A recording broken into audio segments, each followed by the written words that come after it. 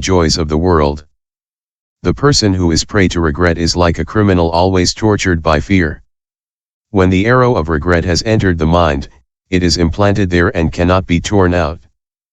Some stanzas say, if he has done what he should not do, if he has not done what he should have done, he is burned by the fire of regret.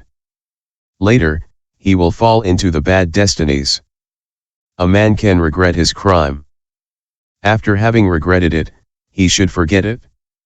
In this way his mind will find peace. He should not think of his mistakes incessantly. There are two kinds of regrets, according to whether there was omission or performance. To attach one's mind to such remorse is the mark of a fool. One must not give oneself up to regret, because the good that one has omitted doing one can always do, and the bad that one has committed, one cannot help having already done it. It is for all these reasons that the obstacle of excitement and of regret is condemned. 5. Removing doubt. The obstacle of doubt. When doubt covers the mind, one is unable to fix one's mind on the good dharmas. Concentration being absent, there is nothing to be gained from the Buddha Dharma. Thus the man who goes to a mountain of jewels is unable to gather any if he has no hands. Speaking of doubt, some stanzas say, the person at the crossroads who hesitates goes nowhere. It is the same for doubt about the true nature of dharmas.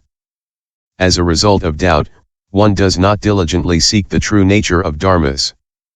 Doubt is the outcome of ignorance. It is the worst of all the evils. In regard to good and bad dharmas, samsara and nirvana, the absolute truth and dharmata, one should not conceive any doubt. If you conceive doubts, the king of death and his jailers will enchain you. Like the gazelle taken by the lion, you will find no way to escape. Although here below there may always be doubts, it is important to follow the holy dharma. The person who comes across a fork in the road should always take the good path. It is for all these reasons that it is necessary to remove the obstacle of doubt. Removing these 5 obstacles is like escaping from the debt that you owe.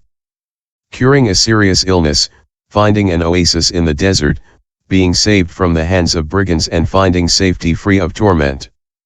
Thus the ascetic who has removed the 5 obstacles has a pacified mind, pure and joyful.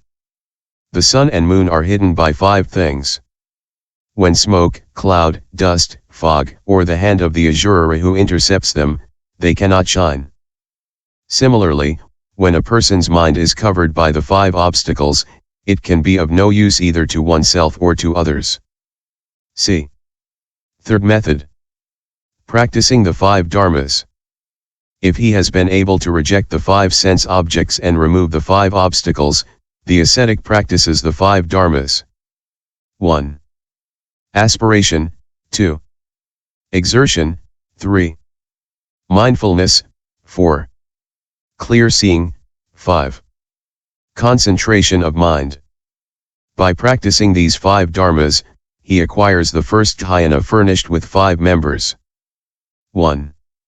Chanda is zeal in kamadhetu. When it is produced, the first dhyana is obtained. 2. Virya in the observance of the precepts, in leaving family life, concentrated zeal without laziness during the 2 watches of the night, limited food, and one-pointedness of mind without distraction. 3. Samriddhi is mindfulness applied to the happiness of the first dhyana. The ascetic knows that kamadhetu is impure, deceptive, contemptible, whereas the first dhyana is estimable and laudable. 4. Samprajanana is a clear seeing, appreciating, and considering the happiness of kamadhetu and the happiness of the first dhyana, their importance and their respective benefits. 6. Citta-ekagrata consists of always fixing the mind on one object and preventing scattering. Furthermore, in pursuing the first dhyana, one rejects the sense pleasures, for by incessantly trying to conquer one's enemies that one is no longer tormented by them. The Buddha said to a Brahman attached to desire, "At the start, I had precise vision of the desires. The desires are cause and condition of fear, of sadness, and of suffering. The desires bring little pleasure, but much pain. Desire is Mara's net and fetter from which it is difficult to escape. It is like a forest burning on all four sides. Desire is as dreadful as falling onto a ditch full of fire or handling a venomous snake. It is like a brigand brandishing a sword. Like a wicked raksasa. Like dangerous poison poured into the mouth. Like molten copper poured down one's throat, like a mad elephant, like falling off a cliff, like a lion barring the road, like the makara fish opening its mouth. Desires are as formidable as all of those. Attachment to desire is man's misfortune. The person attached to desire is like a prisoner in his jail. A deer in a pen. A fish that has taken the bait. A snake in the presence of a wild boar.